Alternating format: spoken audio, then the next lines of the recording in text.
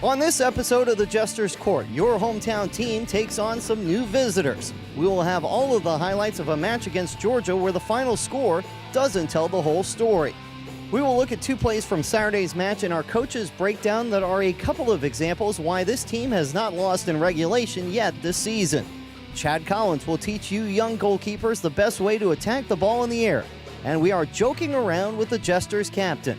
We are over the moon for the latest edition of the Jesters Court. Next.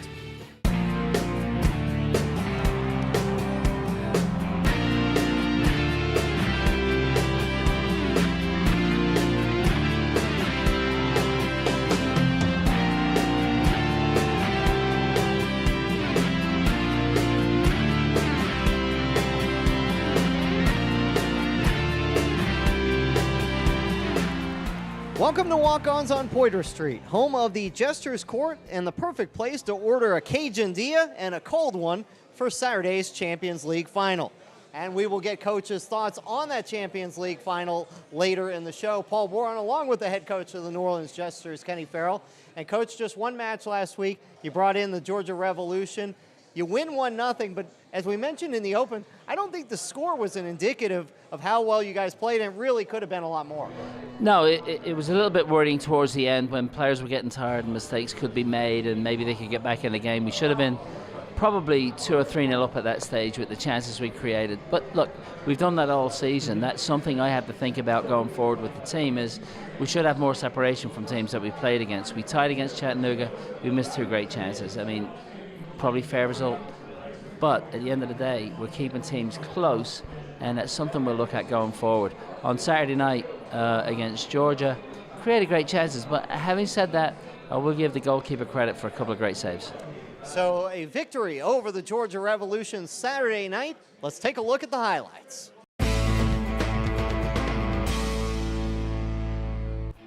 On a beautiful night in New Orleans, the Jesters welcoming in their crossover opponent, and the Georgia Revolution looked to be rude guests in the early going, but Chad Collins easily handles this opportunity. 14th minute, and off the throw-in, the ball bounces to Tony Giudice, and Mr. Jester with a spectacular volley to make it 1-0. In the 31st minute, off of a corner kick, Adi Olu rises up, but just can't get a lot on it. A minute later, opposite side, but unfortunately not opposite results, as Olu just can't put enough on the header to find the back of the net. 40th minute, both teams are into the match now as they exchange pleasantries. Second half, 49th minute, Nestor Peralta with a blistering shot that just misses the net. Georgia pushing people forward in the 58th minute, and they nearly get caught on the counter. Jesters have a 2-on-1, but Ryan Reed cannot put it away. 87th minute, and the Revolution are pushing again, but excellent defending by Keenan Armbrust negates this opportunity. Stoppage time, and the Jesters looking to bury the Revolution. Rolando Sanchez with the right-footed dipping shot from 22 yards out, and it catches the crossbar. One last chance for Georgia, and everyone is forward, including their goalkeeper. But Collins swallows up the long ball in the box, and the Jesters get a home 3 points with a 1-0 win over the Revolution. We were fortunate enough to get a throw-in on their half, and I knew that we had a long thrower. So Johnny sat at the 6, the ball was thrown into him.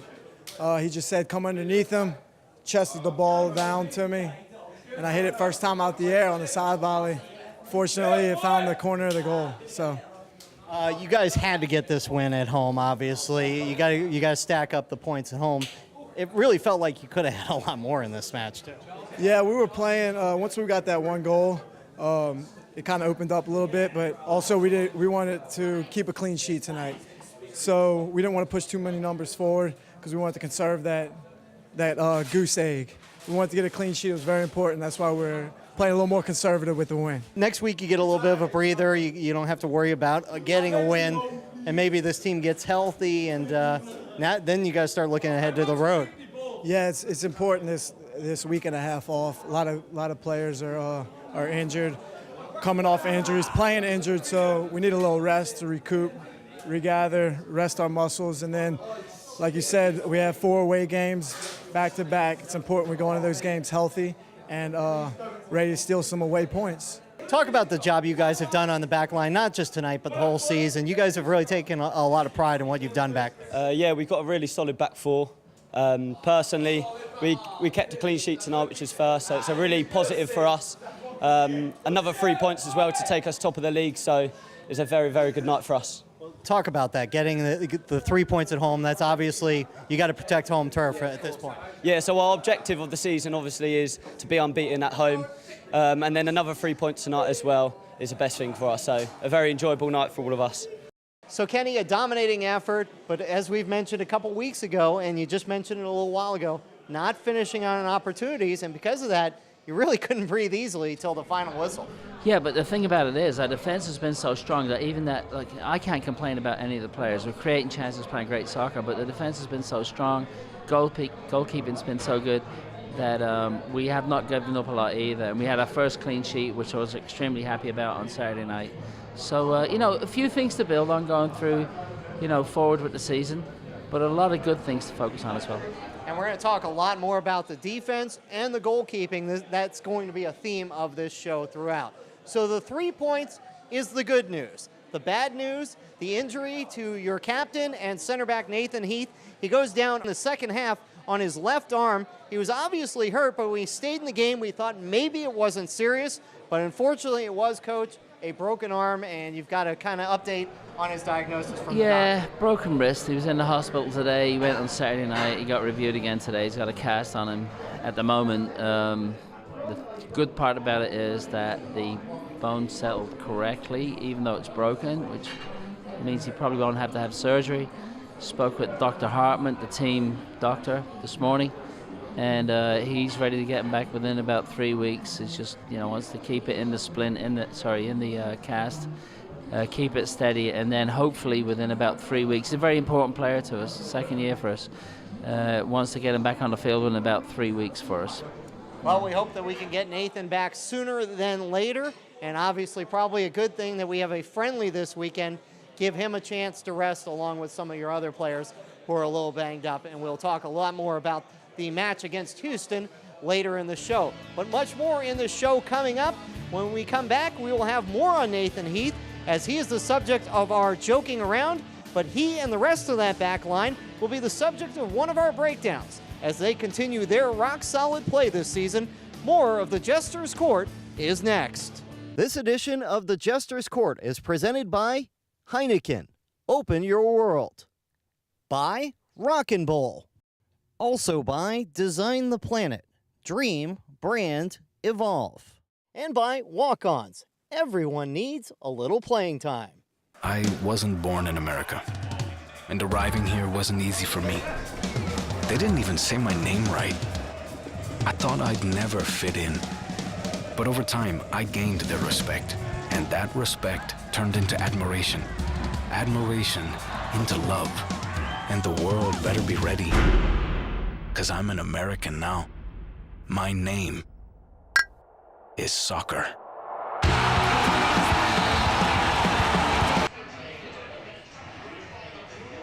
Welcome back to Walk-Ons, and it's time for our Coach's Breakdown presented by Heineken. And Coach, we're going to start this week talking about your back line. And before we even get to the first video segment, you told me before the season one of your priorities was improving the back line. And so far this season, the results bear it out. You have improved the back line. I think we've been very good across the back. I mean, the maturity, the understanding of how to play there, the teamwork and the connectivity between the defenders has been extremely good. Goalkeeping has been excellent, and I've been happy with it. But when you think about it, we've changed the back line, not because we have wanted to, but through injury, 3 times. Yeah. So, you know, like Curtis Thorne played inside, played centre back, and I'd really like to play him as a right back. Keenan Armbruster, he's been playing at left back, has been doing a great job, but he had to miss 1 game. 80 got injured, so he had to miss 1 game.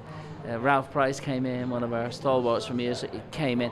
But we've always been rock solid, so I'm really, really happy with that part of it. And hopefully we can get to it, you know, get to fitness, everybody healthy moving forward. And by the time we are challenging for the league or playoffs, that everybody's healthy and we can put the best starting back line in there.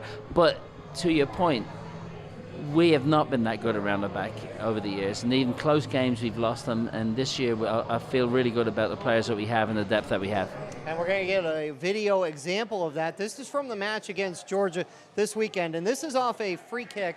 And we'll start off by the way they defended the free kick initially. Yeah, so I mean, we line up, we put the wall up, and look around to who can match up properly on the backside in case they swing one in on us. And ball comes back very, very quickly. So as we're stepping out, we now have to think about setting to defend again because there's no pressure on the ball. It comes now, but the ball's already set. And they come out in organized, in shape, knowing their responsibilities, and attack the ball very well, and it didn't become a danger. A year ago, that may not have been the case. I didn't feel threatened by it, and I think they were very organized coming out. So when you think about it, when the free kick is taken, it comes back out. We press the ball very quickly to clear it from the defensive third. It goes long. Their central defender sends the ball back in, and we press it correctly, and we have come out in shape. We've come out organized as a defensive unit, and that shows far more maturity than we've shown in recent years when it comes to defending. All right, very good example of the defense there. And another example here, the defense was under siege late in the match against Georgia. And not only do they hold up here, they also turn defense to offense. And Ryan Reed nearly has a chance on a 2-on-1 attempt. Yeah, well, a super player, but Ryan Reed does something very clever. He doesn't foul the player. It's palmed away by the keeper. He's under a lot of pressure. It gets cleared, and as the defensive player tries to put it back in the box, Ryan has just nudged him a little bit, which is not a foul actually. He's just like stood under him, and he's missed the ball. So Ryan turns and goes at goal, and gets us into an attacking situation very quickly. I thought it was going to be number 2 for us, and if you look at John Evans, the amount of work he did to get up beside him, but Ryan decided to go himself. I've got to give the keeper a little bit of credit for the save. It probably should have been number 2. But when you do that much work and you get in that situation, you want to finish it. So, yeah, no, it's good all around, and we defended it well. It was cleared. It was a great counter-attack opportunity for us, and I'm very happy with the way this is shaping up, to be honest with you. However, I would like if that one went in the back of the net. It would have been some breathing room for sure. Yeah. But like you said, off camera, Ryan Reed's a goal scorer. Even though passing it to John Evans probably was the right play, you can't begrudge Ryan Reed for trying to score. No, and goal scorers and people that are up front have to have that bit of selfishness, and that they want to do it. If they earn it, they want to score. That's what their job is. We started this segment talking about defense. Let's go back to defense. And one guy who has to be very thankful about the back line that's in front of him is goalkeeper Chad Collins. He is our teacher this week for our training tip presented by Rockin' Bowl and Ye Olde College Inn, and he's going to teach us how he attacks the ball in the air. Hi, I'm Chad Collins, and this is my first year with the Jesters, and I'm a goalkeeper. Today we're going to talk about how to come and catch a cross. I think the most common mistake I see with young goalkeepers when coming to take a cross is making the first move too early. So they'll come forward before the ball's even come in the box. This usually results in the ball going over your head or misjudging the cross. Okay, so the first mistake goalkeepers make is, like I just said, they're coming forward too early. So what you've got to do, you've got to position yourself right in the goal, not too far forward, not too far back, I'd say in the middle, with your body position open. And then when the ball comes in, judge the ball and then come and take it. There, another mistake goalkeepers make is they lead with the wrong foot. So if the ball's coming in from this side, you should lead with this knee up to protect yourself from this side, not with this one, because then it leaves you open to get hit. So if the ball comes in again, come up nice and strong and take the ball at the highest possible point. If you do this successfully in games, you'll dominate your area, your defence will feel much more comfortable, and it'll help you keep shutouts. Thanks, Chad, and we will keep that defensive theme going later as Nathan Heath is joking around. But up next, Coach Farrell takes your questions next on CST. New Orleans Jesters soccer is back for the 2017 season, and now is the time to be a part of the action. Cheer on your Jesters down the home stretch of the season as they square off with their Southeast Conference rivals. Single game tickets are just $10 and $5 for kids 14 and under. Discounted group tickets are available as well. Go to NOLAJesters.com or call 312-3979. You gotta prove yourself to make it in America. It doesn't matter where you came from. I heard that I'd never make it, but I proved them wrong. My name? You can call me Soccer.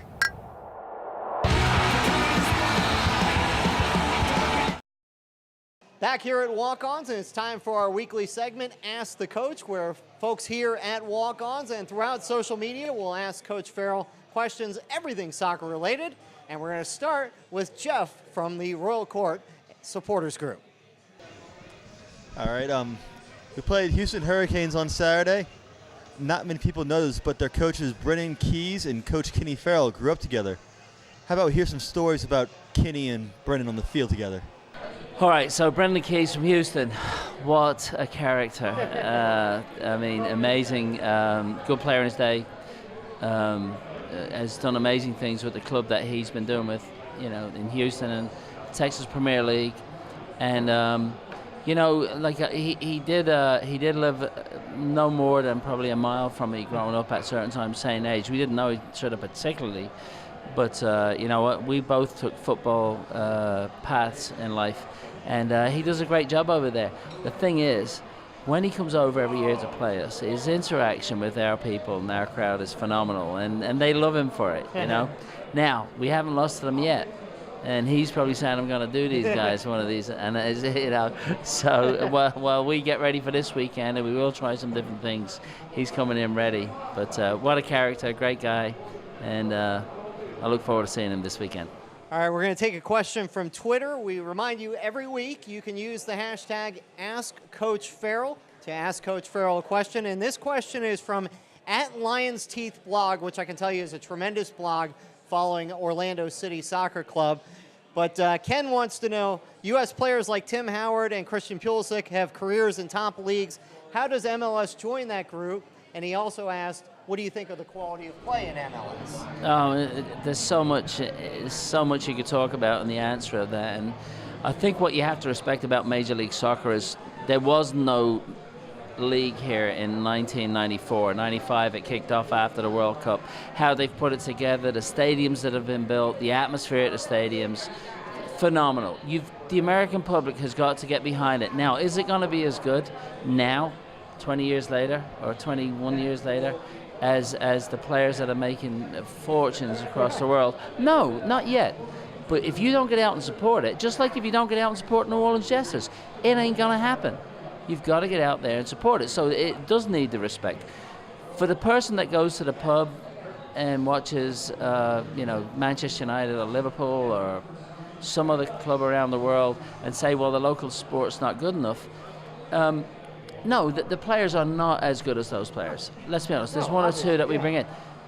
But that is not how you grow and build a sport that is so short. When you think of the history of Major League Soccer, and you think of the history of 21, 22 years, you've got to get out and do it. And there's a movement in the country of, fourth tier, third tier, second tier, and Major League Soccer is the first tier, that they've got to get out and support it and appreciate the efforts that are being put in and what people are doing to build the game in the United States. So I would say, yes, respect everything they're doing about it. If anybody thinks the game is turning backwards, no. Will those players be here someday? Yes. It may be the strongest league in the world someday, but you need to respect it at what they've done and what every level of the sport, of the soccer sport is doing. That you need to respect it and you need to get behind it and put what you can and any spare time and investment in supporting the team, go do it. Yeah, I'll get on my soapbox for a minute here. I've got multiple friends who won't watch MLS because they think it's not the same level as the Premier League. I say, obviously it's not the same level, but it is your local sports league. You need to support the MLS. And by the way, the Premier League is over. There's plenty of time to be watching the MLS. Come to the pub. Come to Walk-Ons, watch an MLS match on Saturday or Sunday. And also, Paul, it's a little misguided. There's a lot of excitement in those games. There's a lot of great goals. There's a lot of great skill when they play, equally against each other and they're not playing, the top teams in the world. It's a really, really great event to go to, and you see a lot of skill, and they need to get behind it. I agree. I completely agree. All right, time for another question from our audience. What do you think of Tony's goal this past weekend? So that's one of our tremendous staff here at Walk-Ons. They've been so great to us all season long. So what about Tony's goal on Saturday? It was pretty spectacular.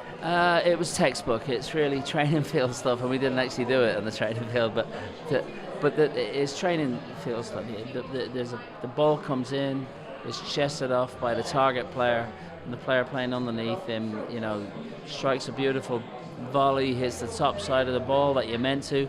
A lot of those just think about power. That drops to a lot of players, and it'll end up at the corner flag or for a throw-in or something. And he just catches it beautifully, hits the underside of the ball, puts some top spin on it, drops into the far side, and as I say, it's textbook. It doesn't get much better. Yeah, it was pretty spectacular. All right, another question from the audience. Hi, I'm Kelsey. Coach Kenny, who do you think will win the Champions League final and why? Okay, I've got a funny feeling that Juventus are going to win it. They're very well structured. They've always been good defensively. They show a lot of flair to their game. And I think they may be able to frustrate Real Madrid and keep them. Look, as long as the game stays... Put it this way. If Real Madrid go 1-0 up, I think they're going to win it by a goal or two. If it stays close the whole way through it, and with Buffon in goal and the organization that they have, I actually believe they're going to pick this one off this weekend. So hope that answers your question. All right, well, we'll hold that to you next week and see if Juventus comes out on top in the Champions League final. Great questions. We'll have more next week, of course, as well. And one more segment to go here in New Orleans. When we come back, we will look at the week ahead and our friendly versus Houston Hurricanes. And a guy who, like us, will be a spectator for that match, Nathan Heath, will be joking around. I wasn't born in America, and arriving here wasn't easy for me. They didn't even say my name right. I thought I'd never fit in. But over time, I gained their respect, and that respect turned into admiration. Admiration into love. And the world better be ready, 'cause I'm an American now. My name is soccer.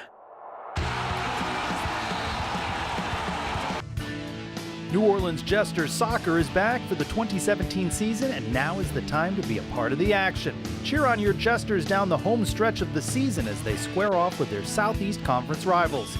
Single game tickets are just $10 and $5 for kids 14 and under.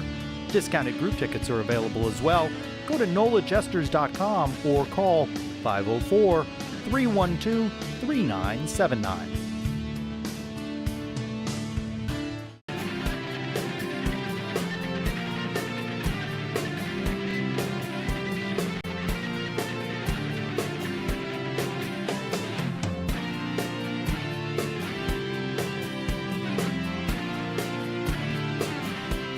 So, Coach, you won't be adding to the point total this week as we have a friendly against the Houston Hurricanes Saturday night. That is part of the week ahead presented by Walk-Ons. Saturday night at 7, you play this team you have come to know out of the Texas Premier Soccer League, the Houston Hurricanes. Coach, tell us a little bit about them and maybe what your game plan will be as far as resting players, looking at players, things like that. Well, we want the momentum to continue. I mean, we've not been beaten all season. Okay, in a penalty shootout in Louisiana Cup, we didn't win that one, but we've been playing extremely well and getting better and better. It does give me an opportunity to see some players that in certain games I wasn't able to put in, and I will probably look at that. So keeping in mind that we want to keep a winning momentum, which is good for the club. We'll also look at some of the injured players, and we've been playing with some injured players. They'll get rested. And then we'll also, some players that I want to see in that environment, we'll get them in the game to get some minutes this weekend. So it's going to be very interesting for me. Hopefully we win the game. I think we will. So, but also it's going to be an intriguing game, and you will get to see some of the young stars that are New Orleans natives as well, that have come in, that are very young and have done well. They've come in pieces of games. They'll get more playing time this weekend, so we'll be able to see some of that. Well, one guy we mentioned at the beginning of the show who won't be playing in that match is Nathan Heath. He broke his arm against Georgia, but even through the pain, he's joking around. My name's Nathan Heath. It's my second year here with the Jesters. I'm from England, and I'm a defender, stroke midfielder. My favourite movie? I wouldn't say I have one on top of my head, but last night with the boys we watched Southpaw, which is a boxing film, and I'm quite big into sports films as well, so it's probably up there.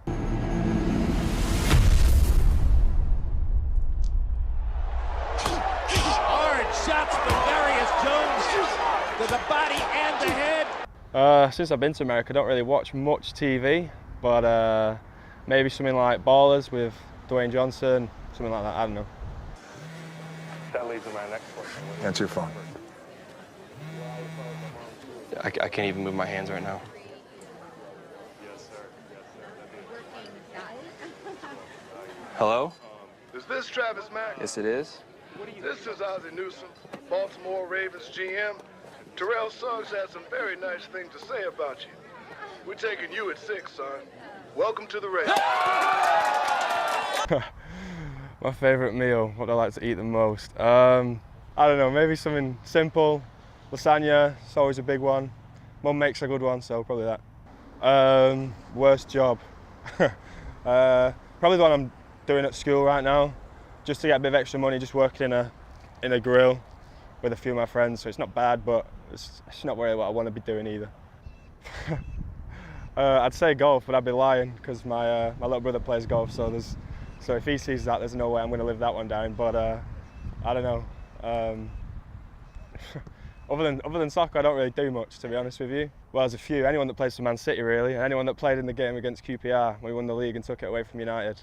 Best, probably physical education, anything where I'm active, or the worst is definitely science. That was not good. That was definitely the worst. Most embarrassed by is probably anything like Clubland. That's all in my playlist, like DJ Sammy.